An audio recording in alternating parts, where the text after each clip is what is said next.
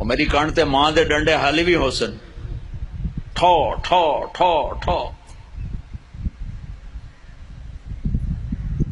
ہمارے ماں باپ کو پتہ نہیں، میں نے بہت چھوٹی عمر میں سگریٹ پینا شروع کر دی، گاؤں کا ماحول زمیندارہ آزاد، میں نے سگریٹ پینے شروع کر دی، میری ماں کو پتہ چل گیا، ماسی۔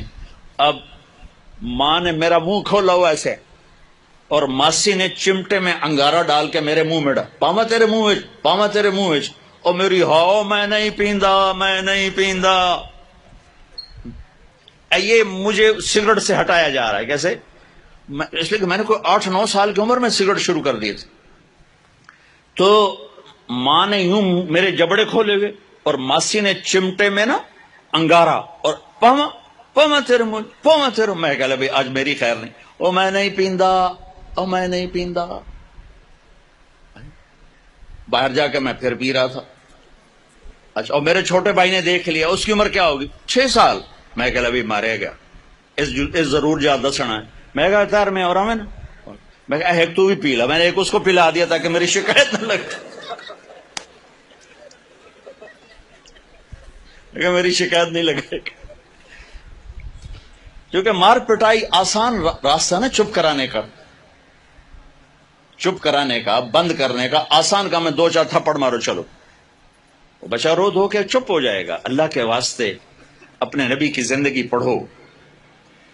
اس ادارے کا مقصد بھی کوئی ہم کو سکول نہیں ہے، کوئی کاروبار نہیں ہے، کوئی سکول کے مقابلے میں سکول نہیں ہے، صرف اپنے ہمارا ماحول ہے۔ میں 4تھی جماعت میں پڑھتا تھا، ہمارے استاد سے ماسٹر شفیع صاحب رحمۃ اللہ علیہ، بڑے محنتی تھے، لیکن وہی ماحول تھا، سوٹے سوٹے، ڈنڈے ڈنڈے۔ دسمبر کا مہینہ، سردی، ایک وہ اس کا حساب کا سوال لکھایا سلیٹ کے اوپر، ہم 15 لڑکے یوں لائن میں بیٹھے۔ اچھا، میں نے دیکھا، مجھے نہیں آتا تھا، میں کہا چلو معافی تلافی ہو جیسے۔ جب وہ پہلا اس کو نہیں آیا تو پتہ نہیں کو 8-10 ڈنڈے پہ، میں کہہ لے بھائی مارے گا یا اللہ۔ پھر دوسرا، اس کو بھی ڈنڈے، پھر تیسرا، اس کو بھی ڈنڈے، کسی نے نہیں آیا۔ اب میں سوال چھوڑنا تو حل کرنا تو چھوڑ دے، میں کہ یا اللہ جان کے میں بچائیں، کوئی راہ دکھا۔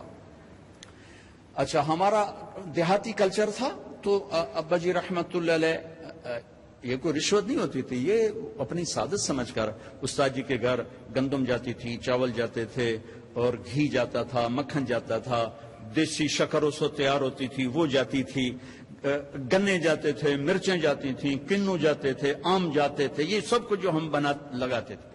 اب میں سوچ میں پڑ گیا، یا اللہ ہوں کی آکھاں استاد جی نوں کڑک آمنی ہے، چاول آمنے، کسے شاید ابھی موسم کوئی نہیں ہے جی، کی کراں؟ پھر مجھے یاد آیا مرچاں کھلوتیاں۔ اب جب 2 لڑکے رہ گئے نا تو میں مسئلہ حل کر چکا تھا، تو میں اٹھا، میں کہ استاد جی ابا جی پیان دیان کل مرچاں گھر اپڑ جس۔ میں کہ شاباش میرا پتر شاباش، تو ایدے بہ جا، تو ایدے بہ جا۔ لبے مرچاں میری جان بچائی، لیکن یہ جھوٹ مجھے میرے استاد کی سختی نے سکھایا۔ میں جھوٹ نہیں بولنا چاہتا تھا، یہ ماں باپ اپنی اولاد کو جھوٹ سکھا رہے ہیں بے جا سختی، ٹیچر پروفیسر بچوں کو جھوٹ سکھا رہے ہیں بے جا سختی سے۔ اور آپ سے کہتا ہوں کہ ادب انسانیت کا زیور ہے، ادب انسانیت کا زیور ہے۔ جو ایک حرف بھی پڑھا دے اس کے آگے کبھی سر نہ اٹھانا، اللہ تمہیں علم بھی دے گا، رزق بھی دے گا، عزت بھی دے گا۔ ماں باپ ہیں، استاد ہیں، سب کو عزت دو، اللہ تمہیں عزت کی چوٹیاں دے۔ تو میرے نبی کی پاکیزہ زندگی جس میں خامند اور بیوی کا ایک بہت خوبصورت رشتہ ہے، پھر اس میں ماں باپ کا بہت خوبصورت رشتہ ہے۔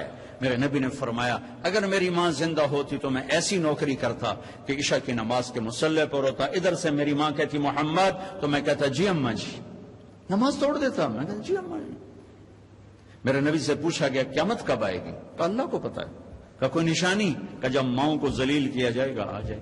ایک اور بات سن رہی، جب بیٹیاں ماؤں کو ذلیل کریں گی تو قیامت آ جائے گی۔ بیٹیوں کا خاص طور پہ نام لیا کہ جب بیٹیاں بھی ماؤں کو ذلیل کریں گی تو قیامت آ جائے گی. یہ بڑے خوبصورت زندگی میرے نبی ہمیں دے کر گئے. صرف تسبیح پکڑا کے نہیں گئے, صرف مسلح پہ بیٹھا کر نہیں گئے, وی سی کی کرسی پر کیسے بیٹھنا یہ بھی سکھایا ہے, اور بیوی کے ساتھ کیسے چلنا یہ بھی سکھایا. عورتوں کو بھی سکھایا ہے کہ اگر میرے دین میں سجدہ ہوتا تو میں بیوی سے کہتا اپنے خامند کو سجدہ کر. اور ماں کے قدموں تلے جنت ہے تیری, باپ تیری جنت کا دروازہ ہے. ابو ہریرہ جا رہے تھے, ایک نوجوان آگے جا رہا تھا, ایک بڑے میاں پیچھے جا رہے تھے. کہو بھائی کجی ما ھذا منک, یہ کون ہے؟ کجی میرا ابا. کا پیچھے چل, اس کو آگے چلا, اس کو آگے چلا, خود پیچھے چل. کبھی اس کے آگے نہ چلنا, کبھی اس سے پہلے نہ بیٹھنا, کبھی اس سے پہلے نہ بیٹھنا. امام زین العابدین پاکیزہ ہستی, اماں کے ساتھ کھانا نہیں کھاتے تھے. اور عرب میں وکھر یہ الگ الگ پلیٹیں ہیں نا, یہ تو ہمارا دستور ہے, عرب کا دستور ہے کٹھے کھانا. تو ایک شخص نے کہا حضرت آپ ماں کے ساتھ کھانے کو نہیں کھاتے, آپ تو اتنے ماں کے فرما بردار ہیں. کہا بھائی مجھے ڈر لگتا ہے کہ میری ماں کی آنکھ کسی بوٹی پہ پڑے اور اس کا ہاتھ آگے آنے سے پہلے وہ بوٹی میں اٹھا کے کھا لوں تو کہیں اللہ کی بارگاہ میں مردود نہ ہو جاؤں, اس لیے میں اماں کے ساتھ مل کے کھانا نہیں کھاتا. تو جن کے ماں باپ زندہ ہیں, استاد بھی باپ ہوتا ہے, سسر بھی باپ ہوتا ہے, ساس بھی ماں ہوتی ہے.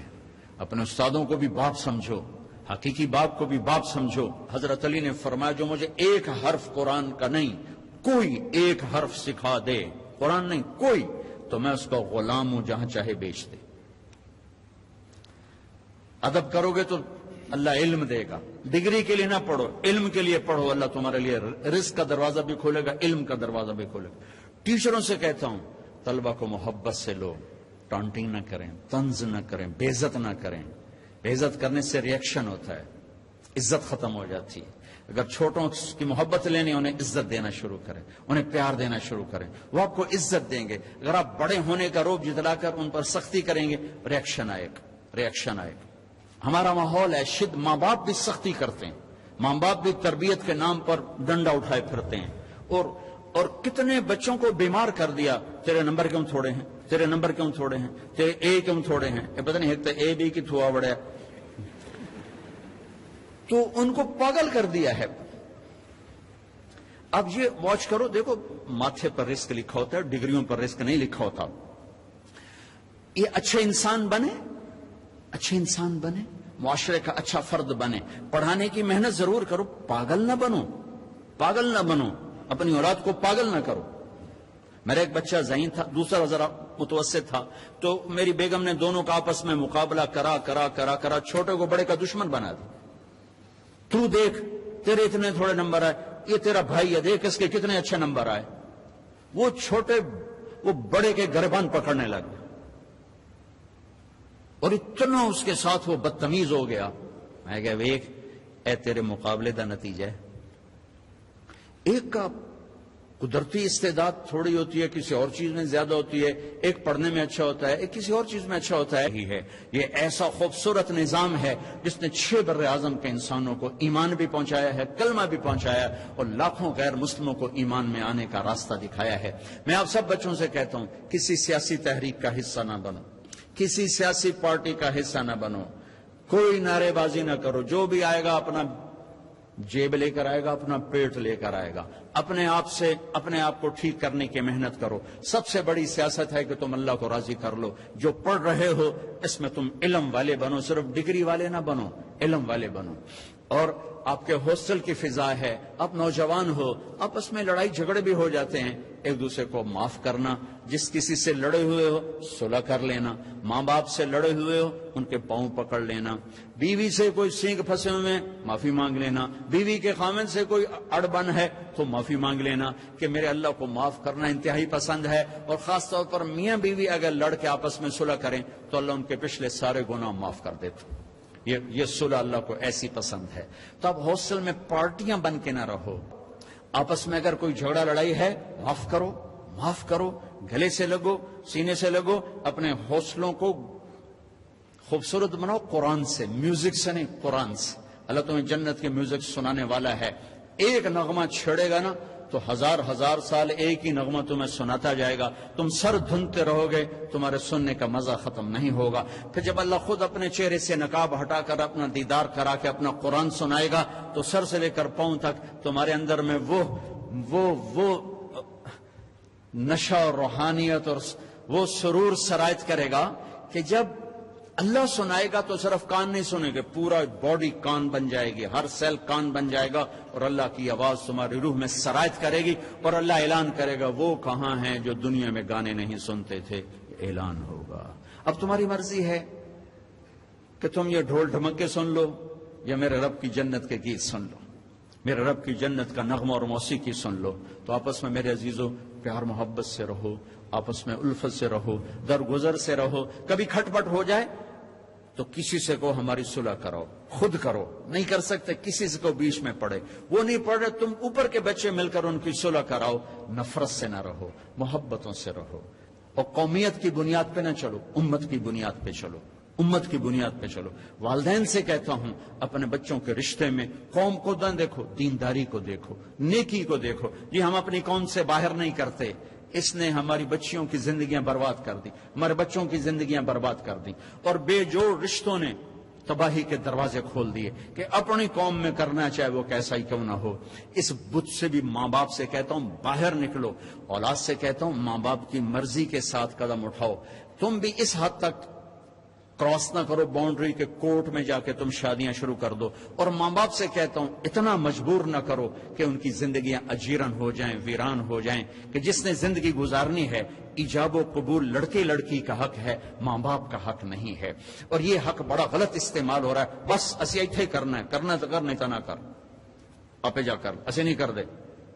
اور کوئی بیٹی تو کہہ نہیں سکتی کہ میں یہاں شادی نہیں کرنا چاہتا. میرا تو راوی میرا کنارہ ہے. ہمارے بچپن میں ذبح کر کے دریا میں ڈال دیتے تھے. کتنی ہزاروں بچیاں راوی کی لہروں کا شکار ہو گئی. اپنی قوم میں کرنا, غیر نہیں کرنا, ایتھے کرنا ہے. ایتھے میں نہیں کر سکتی, چلو ورلڈ کپ دو. ساری زندگی خود زنا کریں تو کوئی غیرت کا جنازہ نہیں نکلا. بیٹی صرف اتنا کہہ دے میں یہاں نہیں کرنا چاہتا, ذبح کر دو.